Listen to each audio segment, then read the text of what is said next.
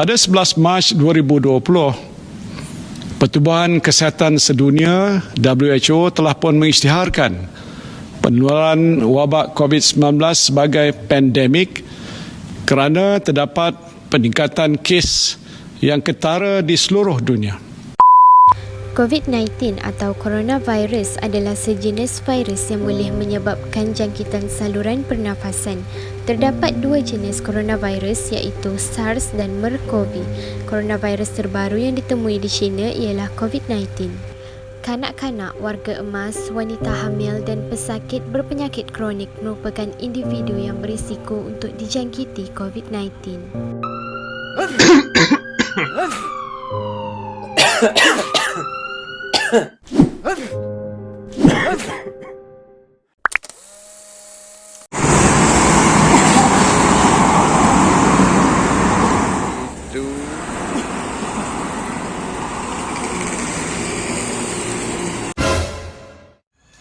Ish. Nampak tu kawan-kawan, sesuka hati je dia batuk dan bersin kat tempat orang ramai. Lepas tu dia boleh makan dengan guna tangan dia yang ada bakteria kotor ni.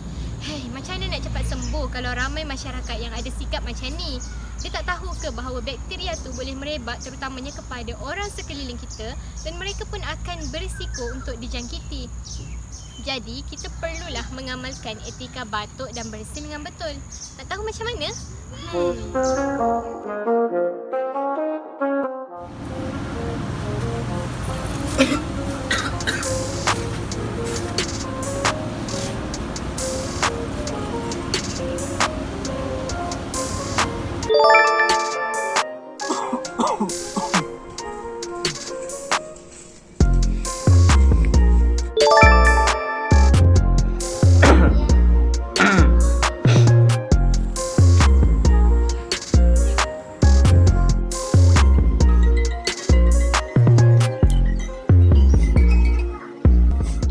Hello Syul.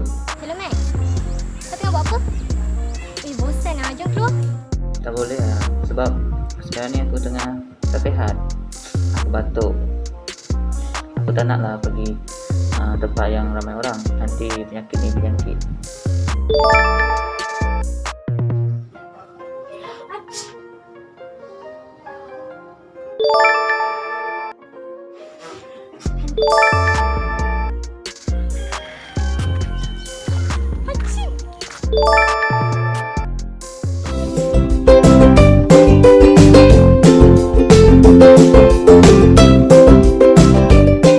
Kita mestilah bekerjasama antara satu sama lain, bukan sahaja dalam kerja berkumpulan, malah dalam memerangi COVID-19. Ingat, kita belum menang. Jangan lupa amalkan etika batuk dan bersin dengan betul. So, stay safe and stay at home. Kita sebagai rakyat Malaysia haruslah berusaha untuk memutuskan rantaian COVID-19 ini. Antaranya ialah kita haruslah menjaga jarak sosial ataupun social distancing sekurang-kurangnya 1 meter. Dan yang terakhir ialah semua rakyat Malaysia haruslah mematuhi SOP yang telah ditetapkan oleh pihak kerajaan. Pentingnya sikap nilai kerjasama. Tanpa kerjasama ini, maka sesuatu perkara itu tidak dapat dicapai.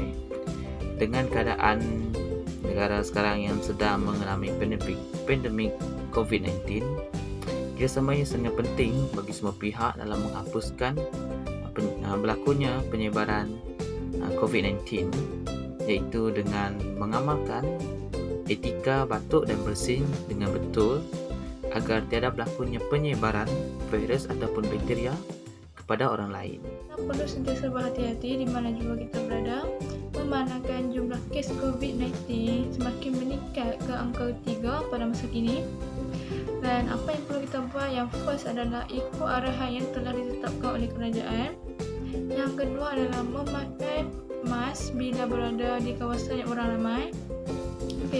Yang ketiga, menggunakan hand sanitizer apabila tidak mempunyai air dan sabun. Yang keempat, menggunakan sapu tangan ataupun siku apabila bersin dan juga batuk. Dan mengamalkan penjarakan 1 meter di mana juga kita berada. Dan yang paling penting, ingat nyawa orang yang berada di sekeliling kita. #kita jaga kita. Semangat bekerjasama dan bagaimana caranya untuk memberikan maklumat yang berkaitan dengan perkara-perkara yang penting kepada masyarakat dan juga untuk menjadi seorang yang berguna kepada masyarakat.